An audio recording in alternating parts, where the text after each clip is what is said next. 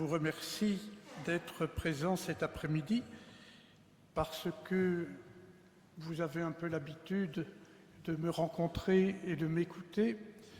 Alors peut-être êtes-vous un petit peu lassé et avez-vous pensé qu'un autre conférencier qui mette un peu de nouveauté, c'était plus agréable. Mais enfin, c'est à moi que le Père Jean-Pierre a demandé d'assurer cette rencontre de cet après-midi. J'espère que je ne vous lasserai pas une fois de plus. Voilà. Le Saint-Pape Jean XXIII n'a pas eu le temps d'écrire beaucoup, puisque vous savez qu'il est décédé assez rapidement après son élection.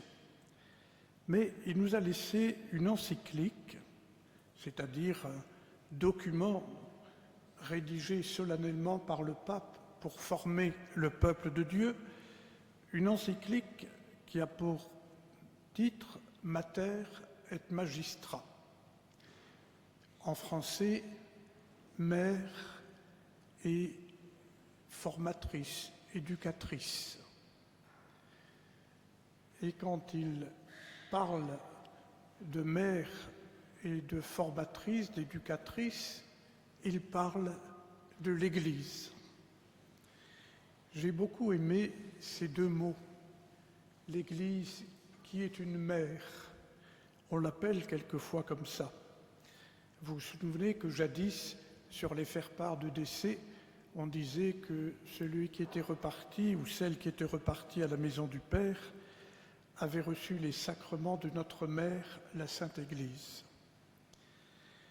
L'Église est une mère, mais une mère qui a le souci aussi de nous voir grandir, de nous voir nous développer, de vouloir nous enrichir de toute son histoire, de tout ce qu'elle a elle-même reçu du Seigneur et de l'Esprit Saint, et qu'elle veut nous communiquer.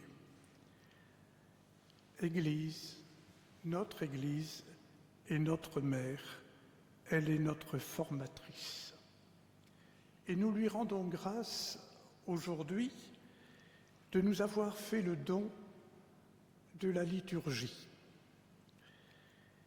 Vous savez que j'aime beaucoup la liturgie, la vivre, mais l'utiliser aussi à bon escient comme un moyen pédagogique qui nous fait entrer dans le mystère de la foi.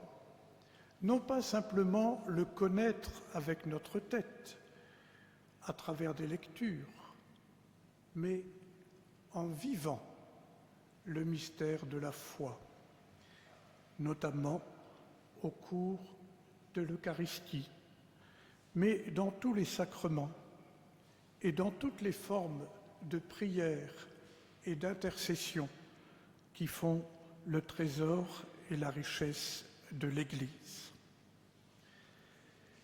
Le calendrier liturgique qui se déroule sur une année me semble être un don de cette Église qui est mère et éducatrice. Mère parce qu'elle nous aide à entrer dans l'amour de notre Dieu et à le vivre. Éducatrice parce qu'il y a toujours à reprendre, non pas à zéro, mais à méditer, à approfondir le mystère de notre propre foi. Il est tellement grand, tellement merveilleux, il nous dépasse d'une telle hauteur qu'il nous faut sans arrêt y revenir. Un saint que nous avons lu cette semaine au Bréviaire, en parlant de la parole de Dieu, nous disait qu'elle est une source inépuisable et que nous ne pouvons, c'est l'image de la source, qu'en boire de temps en temps un tout petit peu, même au point d'être totalement apaisé dans notre soif, mais que pourtant la source continue à couler et qu'on peut y revenir tant que l'on voudra, et qu'on n'épuisera jamais la source.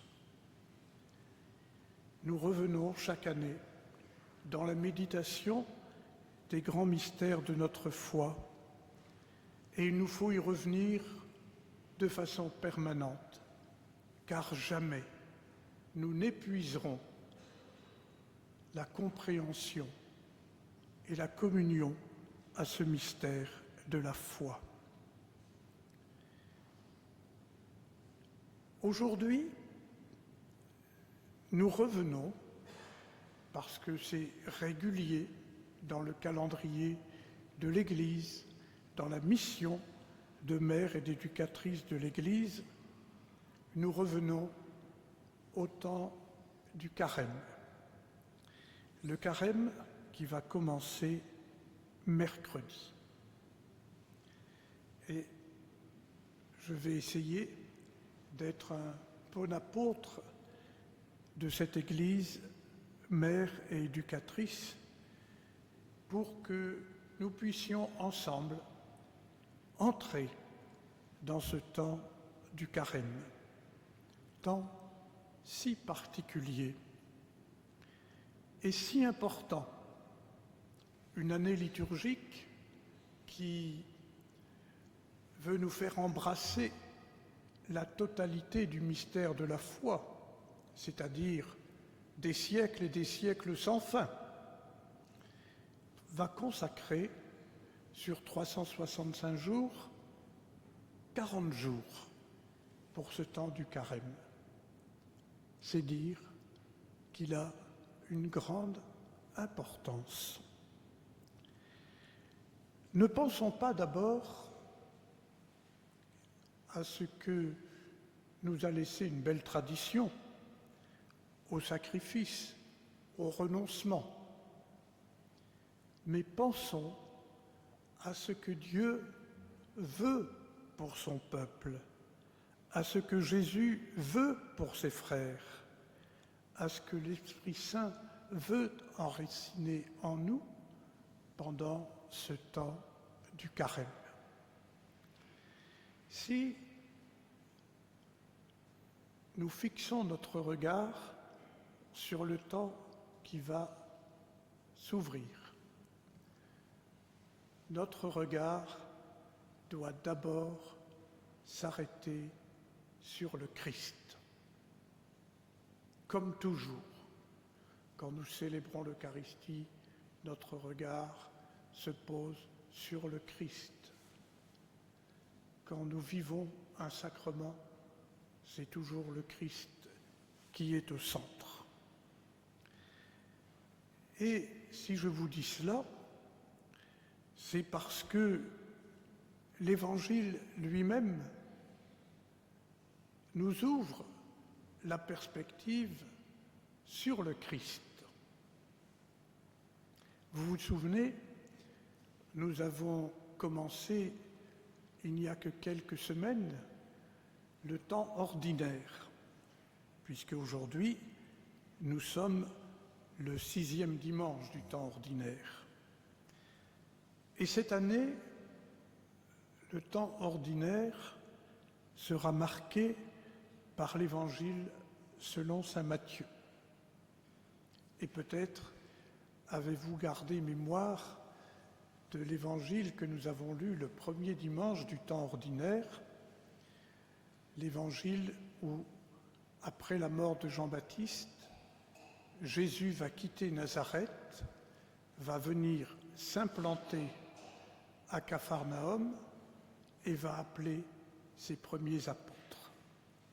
Le temps de Jean-Baptiste est terminé, Jean-Baptiste vient de mourir et le temps de Jésus va pleinement commencer par sa mission de prédication. Une longue mission. Nous allons la méditer pendant 34 dimanches. Mais avant que ne commence cette mission, 2 événements se sont déroulés. Le premier, c'est le baptême de Jésus par Jean. avec l'intervention du Père, de l'Esprit, qui atteste que cet homme qui se fait baptiser, comme tous les hommes qui se présentent là, est le Fils bien-aimé du Père. Il est le Fils de Dieu. Et cela ne paraîtra plus au premier coup d'œil avant bien longtemps. D'ailleurs, ça n'est jamais un coup d'œil qui nous révèle le Fils de Dieu. Il était important que le Père et l'Esprit Saint se manifestent ainsi, avant que Jésus, dans le quotidien de la vie, commence à annoncer la bonne nouvelle.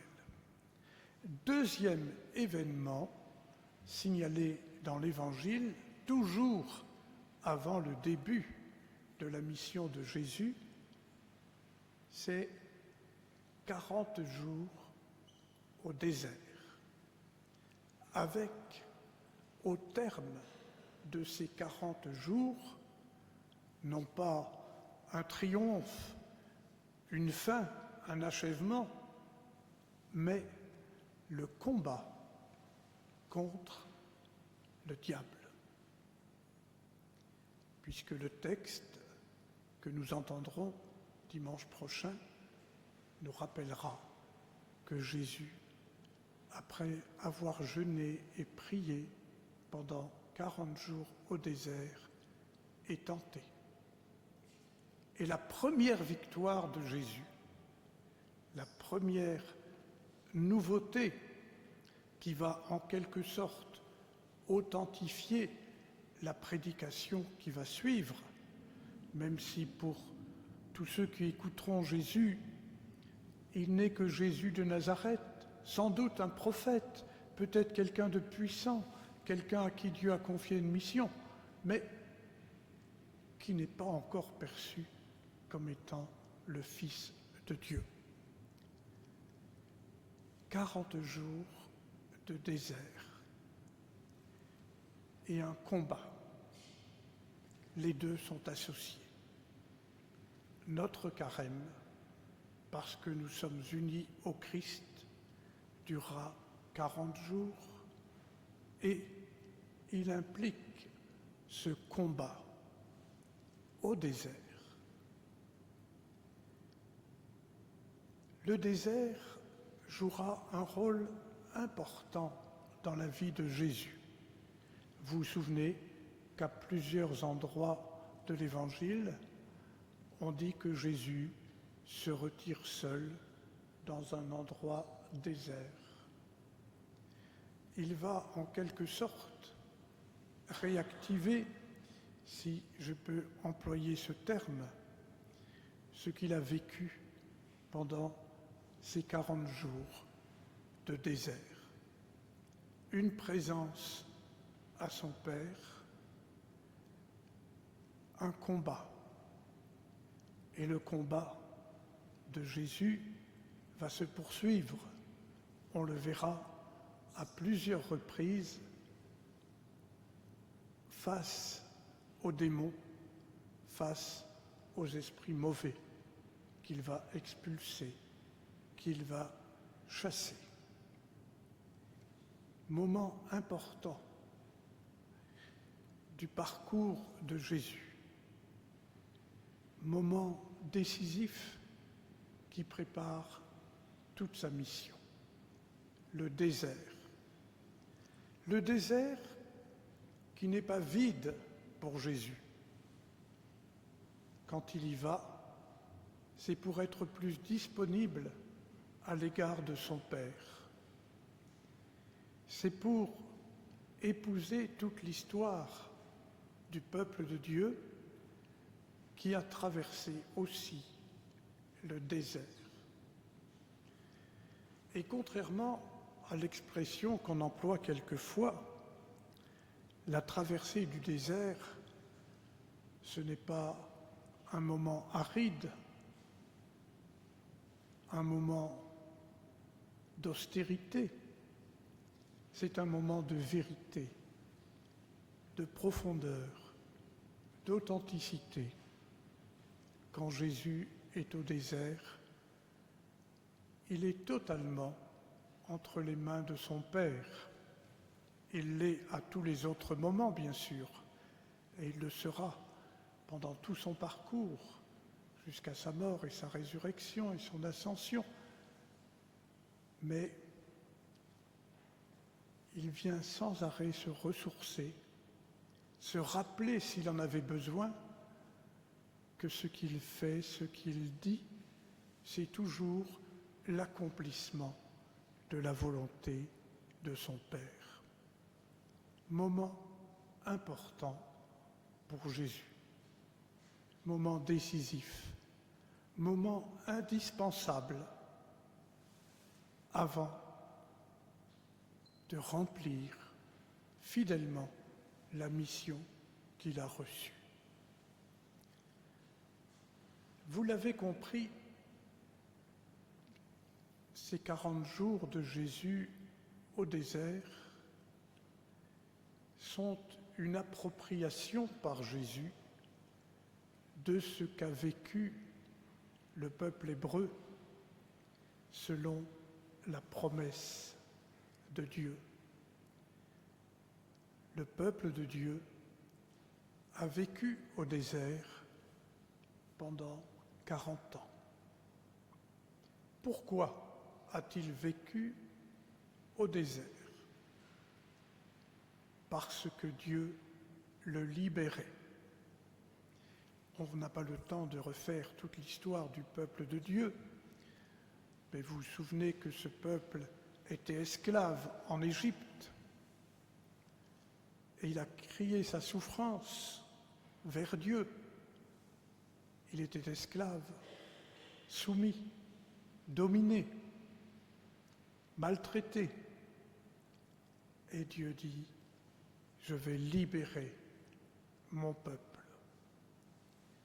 Et la manière dont je me manifesterai comme Dieu, ce sera précisément dans cette démarche de libération, de passage de l'esclavage vers la terre promise.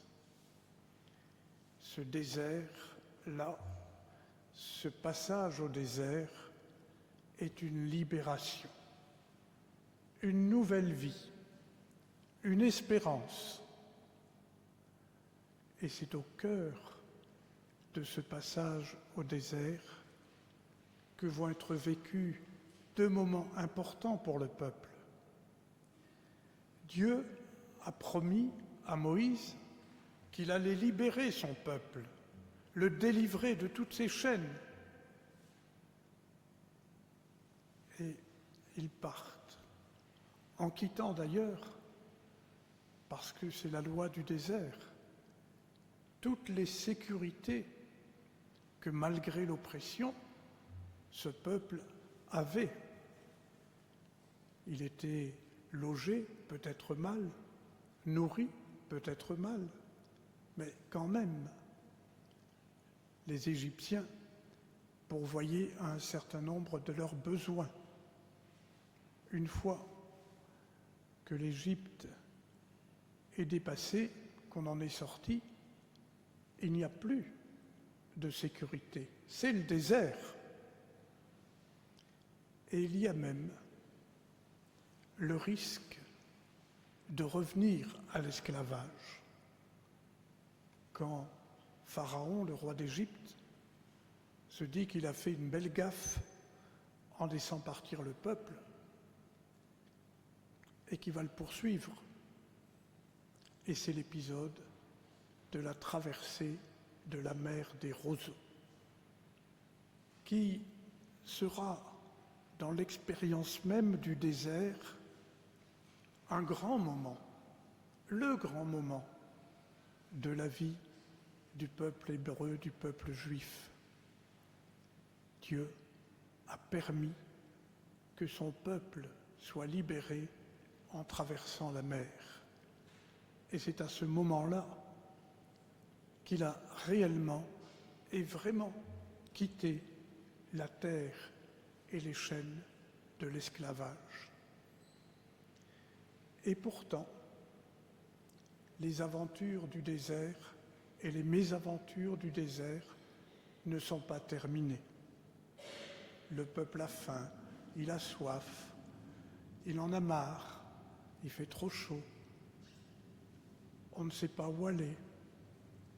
Bref, le peuple est désorienté, il n'a plus rien. Si, bien sûr, il a Dieu. C'est Dieu qui a fait le projet. C'est Dieu qui le guide et qui l'éclaire, même si le peuple n'en a pas toujours conscience.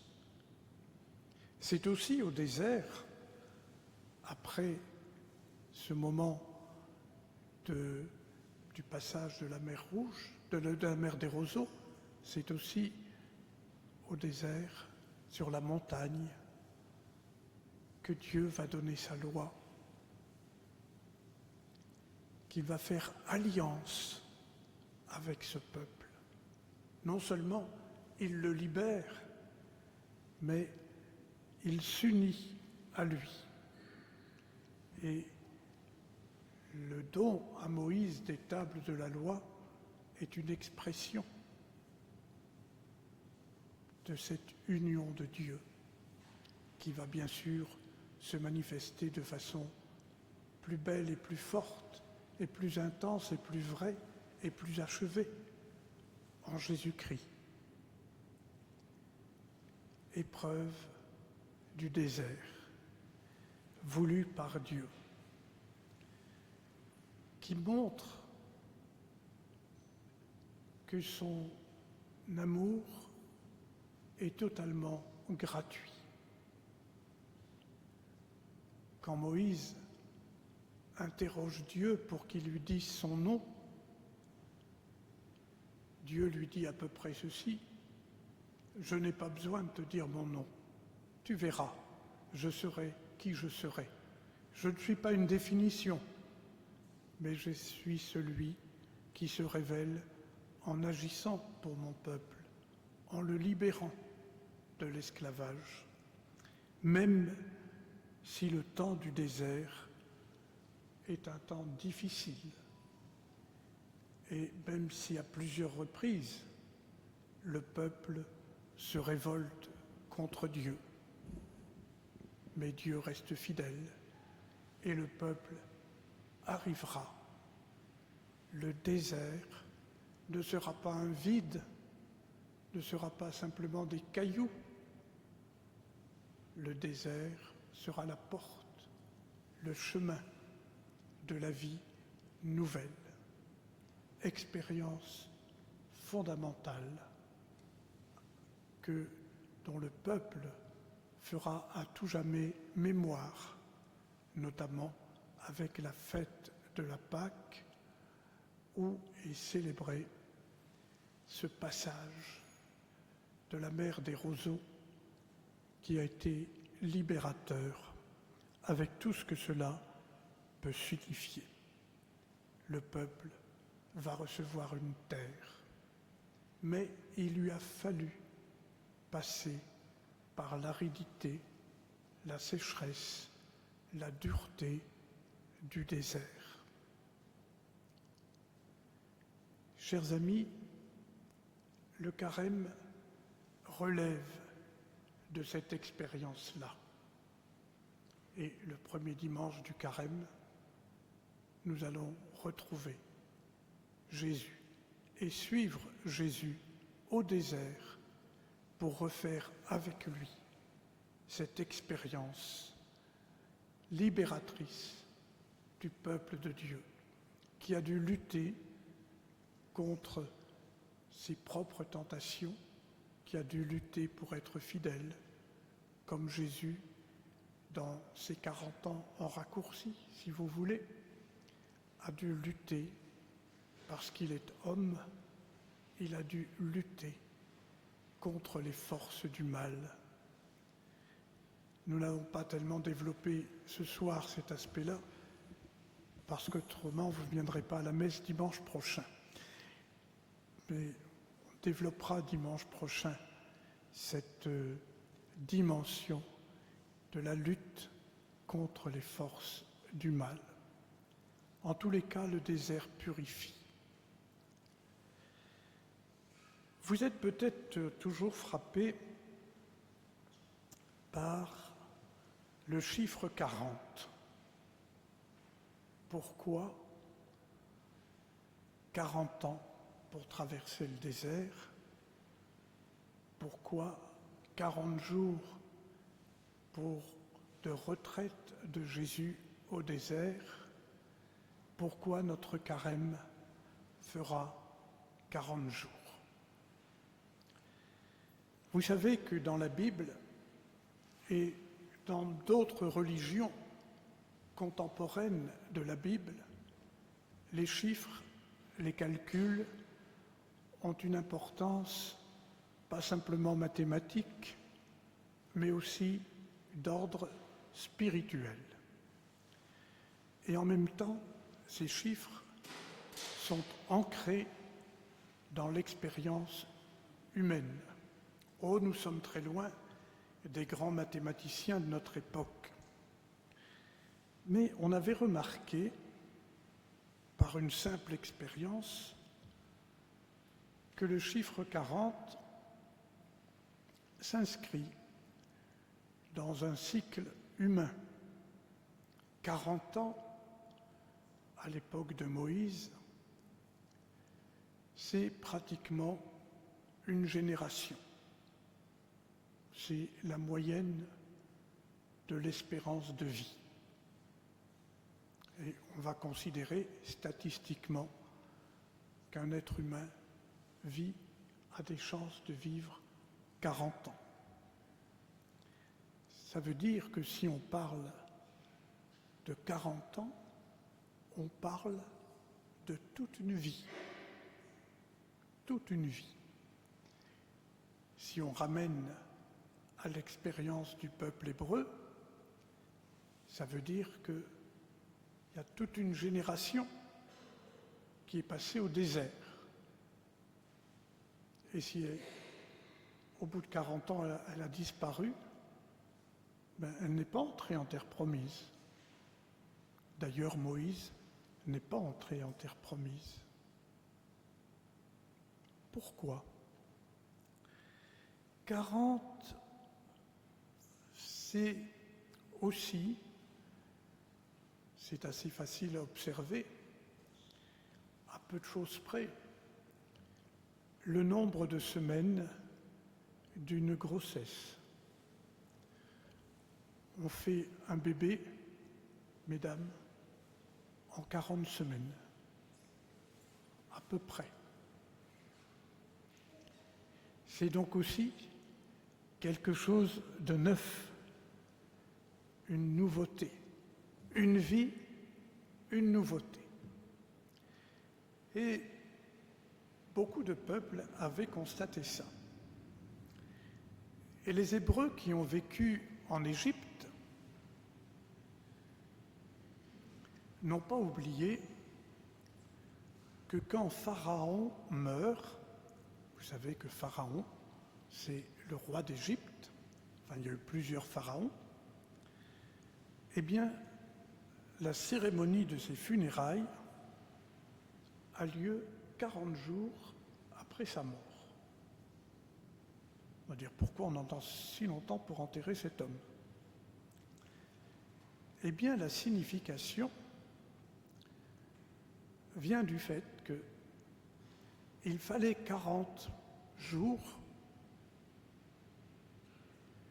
pour que le défunt puisse vivre quelque chose de neuf. Il avait quitté, il était mort, et les croyances égyptiennes pensaient à une autre forme de vie. Pharaon allait entrer dans une autre forme de vie. Et il lui fallait 40 jours pour se préparer à vivre, à passer d'une vie à une autre. Et cela, bien sûr, a travaillé aussi l'esprit des Hébreux qui étaient esclaves en Égypte. Ils ont entendu parler de cette croyance. Et ce sera toujours la signification du chiffre 40. Ce qu'il faut pour passer d'un état à une réalité tout à fait nouvelle. Pour le peuple de Dieu, ça crève les yeux quand on connaît l'histoire. 40 ans pour passer d'une situation d'esclave à une situation de libéré, passer de la terre de l'oppression à la terre promise. Nouveauté radicale. Et Jésus, quand il fait cette expérience, non pas des 40 ans, mais des 40 jours au désert, va entrer aussi dans un moment nouveau. Vous vous souvenez, on l'a rappelé quand on a commencé l'évangile selon saint Matthieu, il y a 6 semaines. Jésus va entrer dans sa mission de prédicateur, et pas seulement de prédicateur, mais aussi de celui qui va offrir sa vie, qui va mourir sur la croix et ressusciter au matin de Pâques. La tradition parle souvent de la vie cachée de Jésus, ces 30 premières années. Après cette vie cachée, il entre vraiment dans le domaine de sa mission. Voilà une nouveauté qui est signifiée par ce 40. Et c'est au bout de ces 40 jours que Jésus remporte déjà une victoire, annonciatrice d'autres victoires, notamment celle de la résurrection. C'est au bout de ces 40 jours que Jésus, on va prendre une formule un peu facile, remporte le combat contre le démon. Vous comprenez pourquoi l'Église attache une importance si forte au fait que nous vivions, nous aussi, ces 40 jours. Que nous refassions, nous aussi, l'expérience du peuple qui est libéré. C'est pourquoi, contrairement à ce qu'on peut imaginer, le temps du carême n'est pas un temps de tristesse, mais un temps d'immense joie, d'immense bonheur, parce qu'il nous fait revivre ce passage, cette sortie d'Égypte, cette entrée dans une vie nouvelle, et nous le faisons avec le Christ. Et saint Paul nous dira, nous le ferons dans le Christ. C'est pour cela que tout à l'heure, j'ai commencé par fixer notre regard sur le Christ. Notre carême a bien sûr la signification d'une épreuve, puisqu'il nous mène au désert. Alors je sais qu'en 2026, en Occident, dans notre pays, parler de désert, c'est quelque chose d'un peu difficile à comprendre et à accueillir. Oh, bien sûr, on veut bien prendre des agences de tourisme et aller faire un petit tour dans les déserts d'Arabie ou le désert du Sahara, ou même les déserts proches de la Terre Sainte. Oui, mais quand même, on y va avec tout le confort moderne. On ne fait pas le désert, on visite le désert. Ce qui nous est proposé par le carême, c'est autre chose qu'une simple visite. C'est une transformation réelle, un passage radical. Et nous aurons besoin de poser quelques jalons pour être vraiment au désert. Le désert, je le disais tout à l'heure, c'est quand on n'a plus rien de nos sécurités habituelles et que nous croyons indispensables. Dans le désert, il y a Dieu. L'expérience de Moïse au buisson ardent, l'expérience de Moïse sur la montagne. Le désert n'est pas vide, et au contraire, quand on est désencombré de tout ce qui occulte la richesse profonde de notre vie, nous pouvons rencontrer le Seigneur. C'est pour ça que le désert, le carême, ce n'est pas un temps de morosité, mais un temps de grande joie.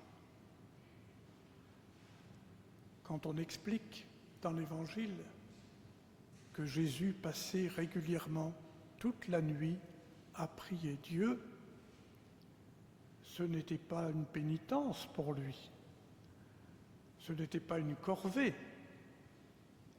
mais c'était vraiment la joie de vivre la présence à son Père. Et c'est ainsi qu'il nous faut vivre notre propre passage au désert pendant ce temps de carême.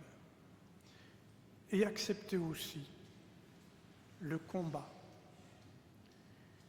Dans la prière que vont réciter les religieux pendant le temps du carême, ils diront « Entrons dans le combat de Dieu ». Entrons dans le combat de Dieu. Le Seigneur vient lutter avec nous, lui qui a lutté contre Satan. Nous aurons dans les jours qui viennent, avant de commencer le carême, à nous dire mais quels moyens je vais me donner pour vivre le désert, être un peu le désert, non pas du tout parce que je vais renoncer à ceci ou à cela. Oui, bien sûr, je vais le faire. Mais ce n'est pas pour des efforts particuliers. Ce n'est pas pour montrer que je mériterai une médaille aux Jeux Olympiques. Non, c'est pour me rendre plus disponible à la présence, à la tendresse, à la miséricorde de Dieu. Et c'est pour cela que le temps du carême est un temps de joie et de bonheur. Et que toutes les petites privations que nous allons accepter et choisir ne sont pas simplement des manières de vivre une vie plus écologique, plus raisonnable, mais des façons de nous ouvrir à une présence qui vient nous combler d'une joie immense. Voilà ce temps, ces 40. Si nous avons le temps tout à l'heure, nous pourrons nous dire, mais pourquoi, quand je compte sur mon calendrier, il y a plus que 40 jours au carême? Mais on verra si on a le temps de répondre à cette question. L'essentiel étant de bien voir ce que représente pour nous. Et l'Église, toujours bonne mère et bonne éducatrice, nous demande, selon l'enseignement de Jésus lui-même, de nous donner, de prendre 3 moyens d'entrer vraiment dans ce désert et d'y rencontrer le Seigneur.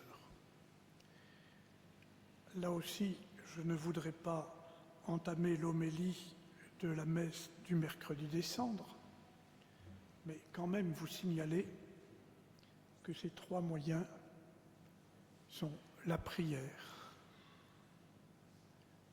le jeûne et le partage.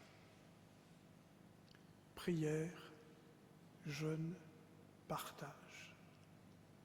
Ce ne sont pas 3 moyens isolés.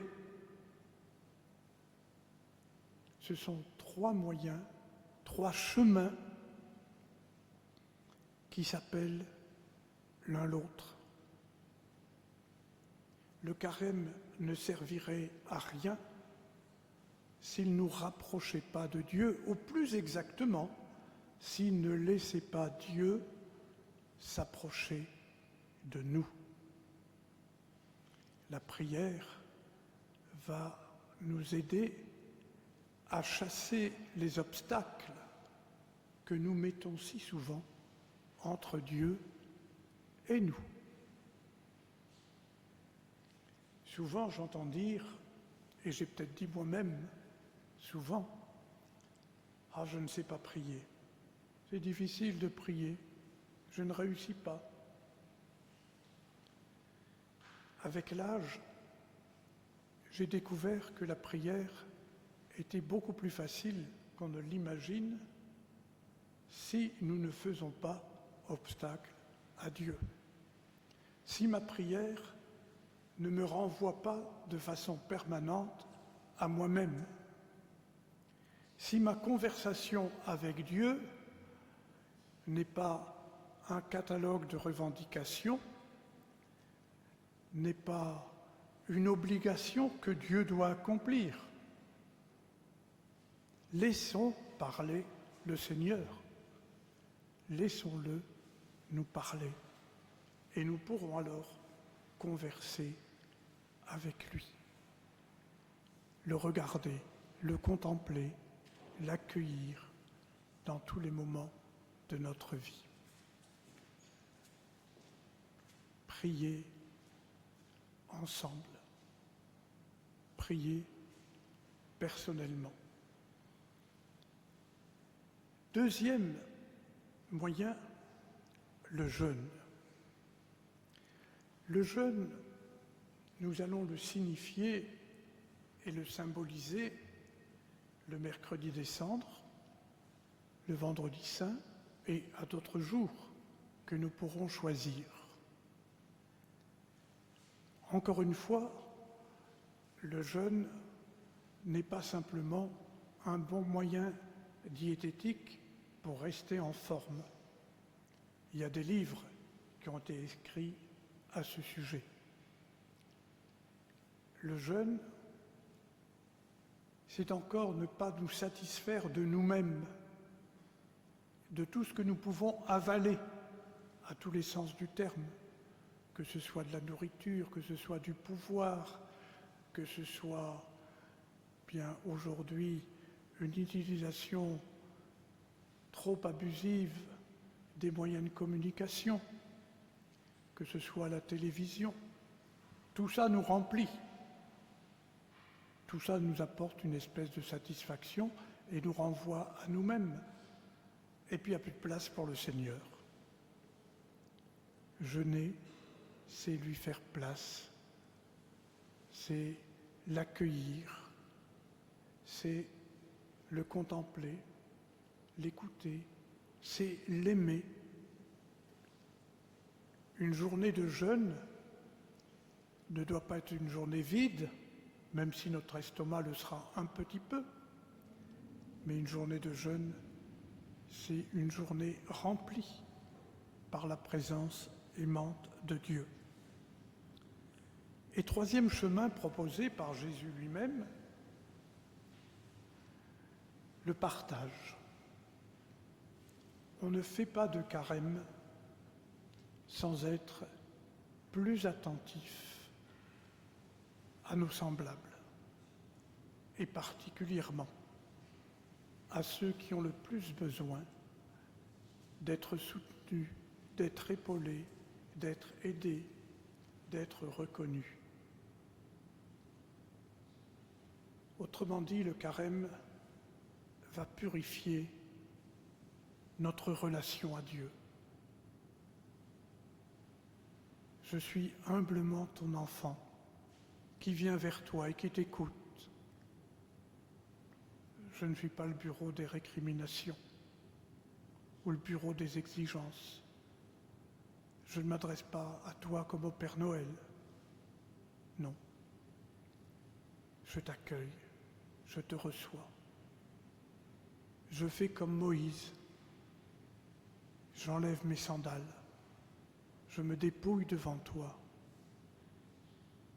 pour t'écouter et t'accueillir. Je jeûne. Je sais que je dois creuser une place pour toi dans tous mes désirs, dans tous mes besoins, dans toutes mes attentes, dans toutes mes exigences, dans toutes mes addictions. Et ça purifie mon regard. J'apprends à te regarder, Seigneur, mais à te voir en nos frères et à agir avec mes frères comme je voudrais que tu agisses pour moi et à vivre de cet amour que tu nous offres à tous et à toutes, quelle que soit notre histoire, quel que soit notre parcours, quel que soit notre péché, quelle que soit notre pauvreté.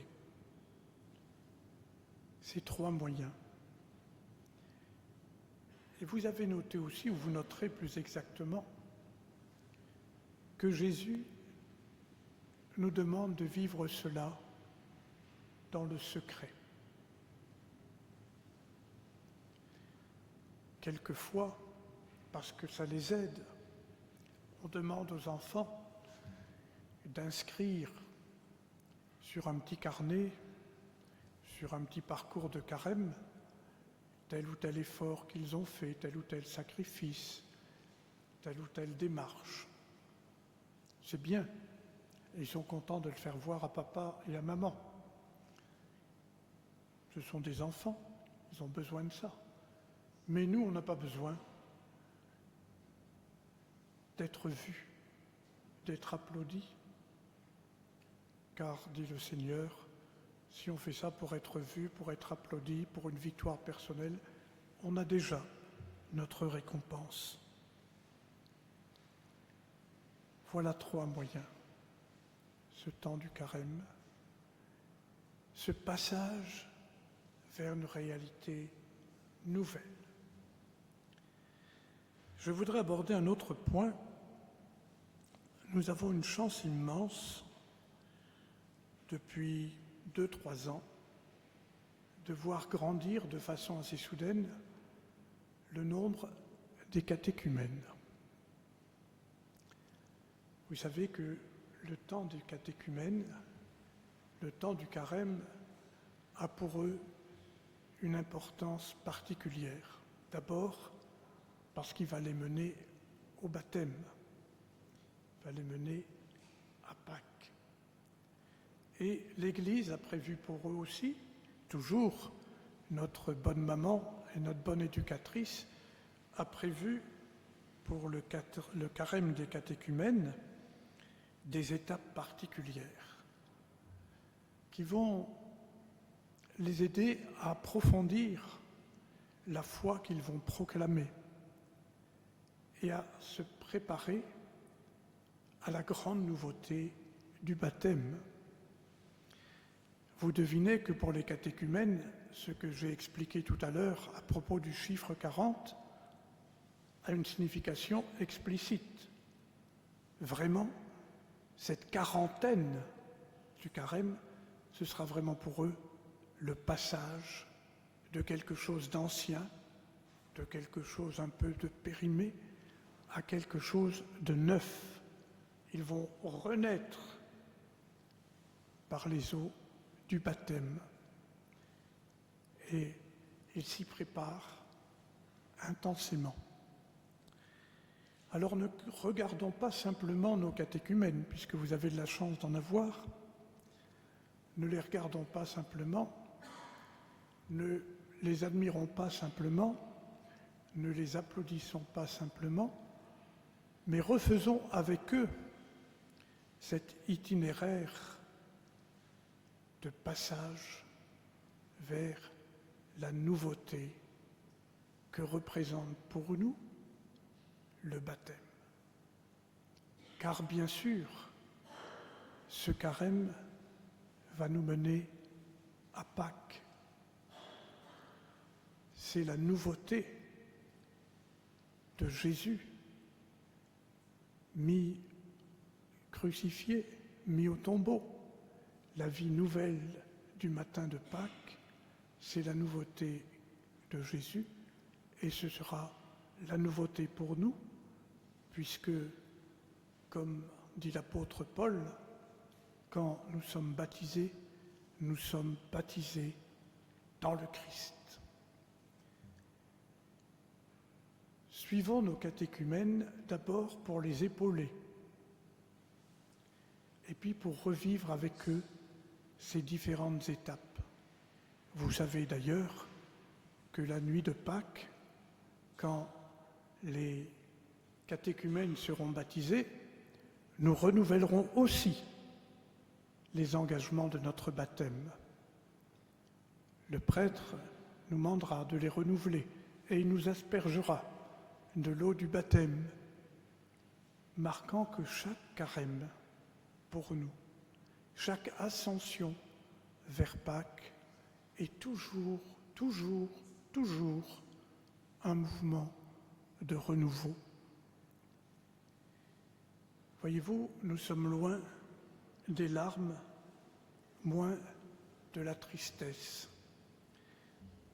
Vous remarquerez, mais vous ne dites pas tous et toutes le bréviaire, vous remarquerez que la liturgie qu'on appelle liturgie des heures, c'est-à-dire celle du bréviaire en gros, de chaque dimanche de Pâques, est une invitation à la joie. Et une des raisons pour lesquelles il y a plus de 40 jours au carême, il peut y en avoir plusieurs.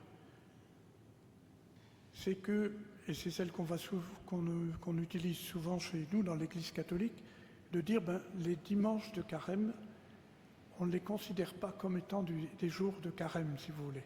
On peut faire la fête chaque dimanche de carême.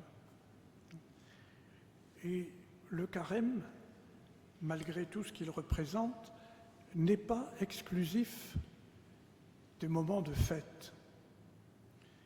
Dans les religions où on a le jeûne, on sait aussi le joindre à la fête. Si vous avez des amis musulmans, quand ils font le ramadan, ils vivent de façon très austère le jeûne de la journée, de façon très rigoureuse. Mais tous les soirs, il y a la rupture du jeûne. Et la rupture du jeûne est toujours un moment festif. On a jeûné, mais on peut aussi, parce que on retrouve d'ailleurs dans le ramadan, on retrouve l'aumône, le service du frère, la prière. Ça se retrouve dans d'autres religions. N'ayons donc pas peur aussi de faire de notre carême un moment de joie et non pas un moment de tristesse. Vous savez ce que ça veut dire, faire une tête de carême? Ça veut dire, oh là là, on fait grise mine parce que le carême, c'est pas marrant. Si on regarde seulement les efforts qu'on fait ou on ne fait pas, c'est pas marrant. Mais si on se rappelle qu'il y a là des moyens de rencontrer et de vivre avec le Seigneur, alors c'est plus intéressant. Et je voudrais terminer simplement en vous invitant donc à trouver ces moyens qui vous permettront d'installer le désert en vous, d'en trouver toute la richesse, de rencontrer le Seigneur, d'enrichir votre prière, de faire un jeûne constructif, qui ne soit pas simplement un renoncement, mais un accueil à Dieu, et de regarder autrement vos frères et de les servir avec joie et avec enthousiasme. Alors, nous pourrons marcher vers la mort et la résurrection du Seigneur, qui sont déjà notre mort et notre résurrection. Nous pourrons vivre ce 40 de la nouveauté. Et puis, comme le Christ, avec lui, recevoir la mission qu'il nous confie d'annoncer la bonne nouvelle. Voilà, je vous souhaite un bon carême.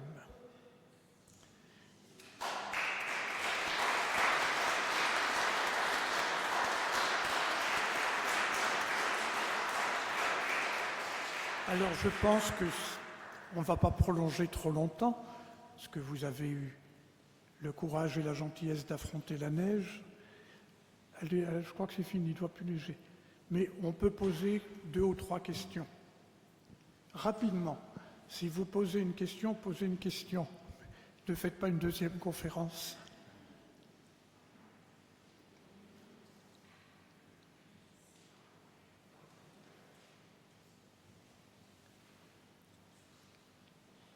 Tu avais évoqué, Jean-Paul, qu'il y avait une question de chiffres. Si on compte 40 jours, si on compte 40 à partir du mercredi des Cendres, on arrive au dimanche des Rameaux.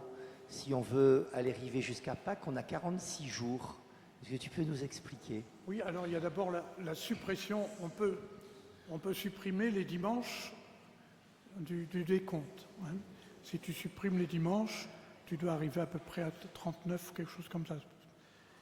Donc on peut dire, on ne considère pas que les dimanches, on les met à part. Bien sûr, ils sont dans le carême, puisque vous allez entendre la liturgie du carême. Petit détail, oui, on ne va pas trop développer ça, parce que vous aurez l'occasion de le voir chaque dimanche. Surtout, ne manquez aucune messe dominicale pendant le carême.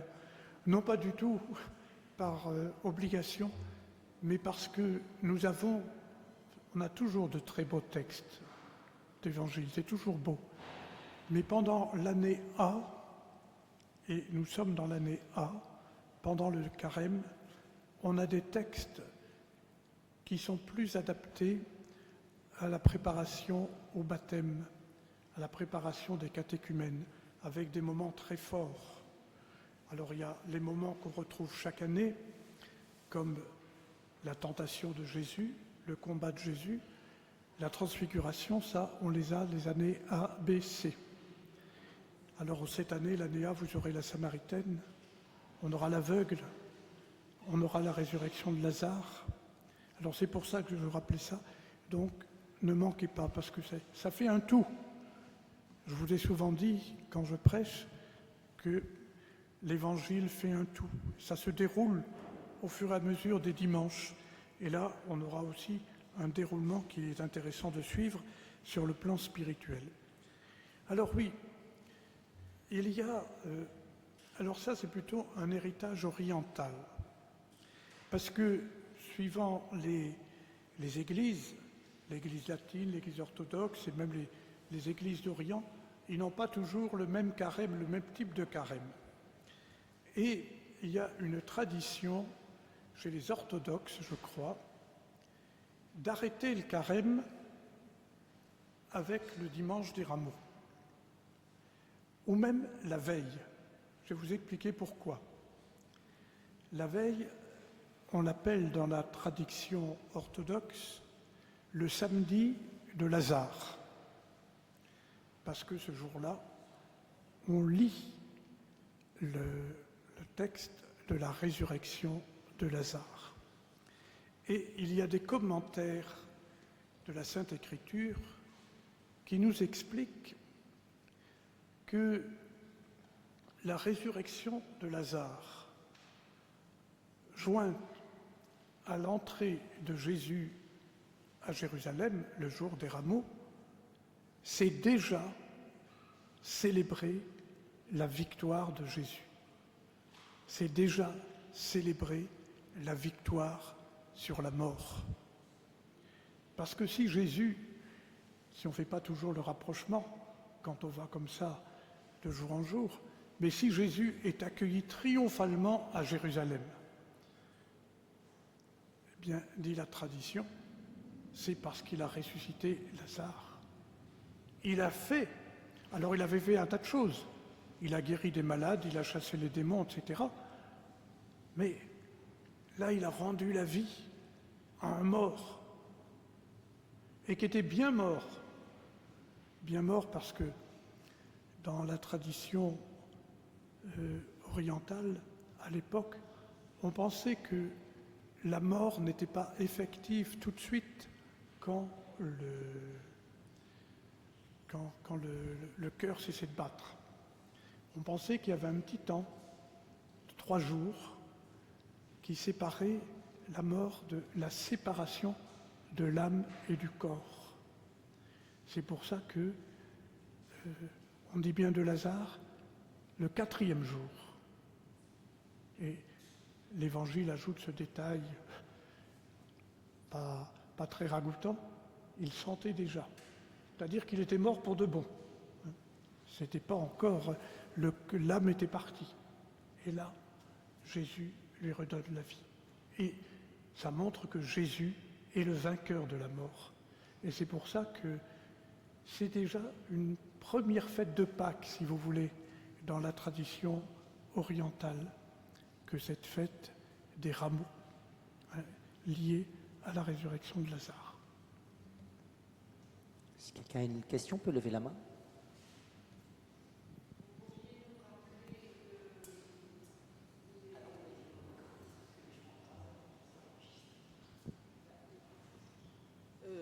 Vous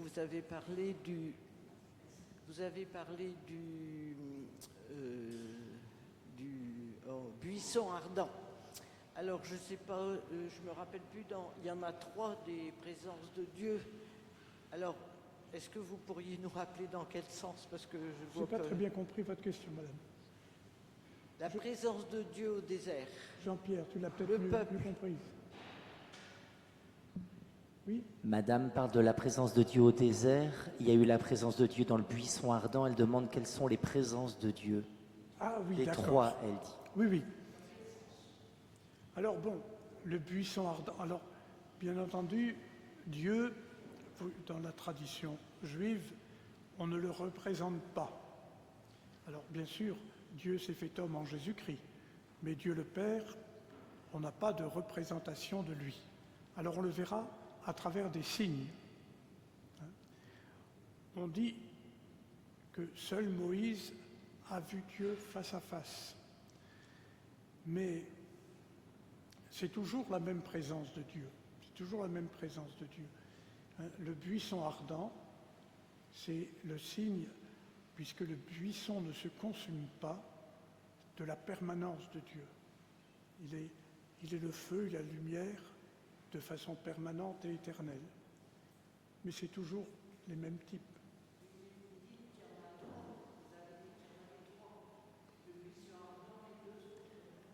Ah, j'avais dit sur la montagne. Hein.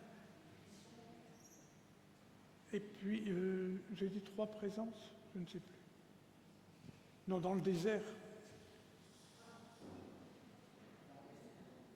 Dans le désert, il y a 2. Il y a donc le buisson ardent, c'est la première rencontre avec le peuple. Et puis alors après, il y aura les différentes interventions de Dieu dans le désert,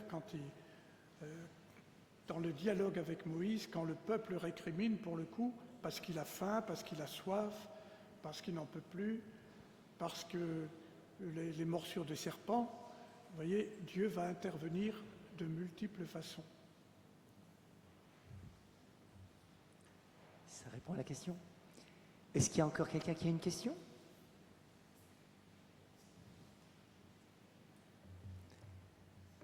Merci beaucoup Jean-Paul pour nous avoir introduit au carême, que nous puissions le vivre vraiment de tout cœur par amour du Seigneur, que nous le vivions aussi en Église. On vous propose peut-être de finir en se levant, on va réciter le Notre Père. Et vraiment un grand merci Jean-Paul. Notre Père, qui es aux cieux, que ton nom soit sanctifié, que ton règne vienne, que ta volonté soit faite sur la terre comme au ciel. Donne-nous aujourd'hui notre pain de ce jour. Pardonne-nous nos offenses, comme nous pardonnons aussi à ceux qui nous ont offensés. Et ne nous laisse pas entrer en tentation, mais délivre-nous du mal. Amen. Et que le Seigneur Tout-Puissant vous bénisse et vous garde, le Père, le Fils et le Saint-Esprit. Amen.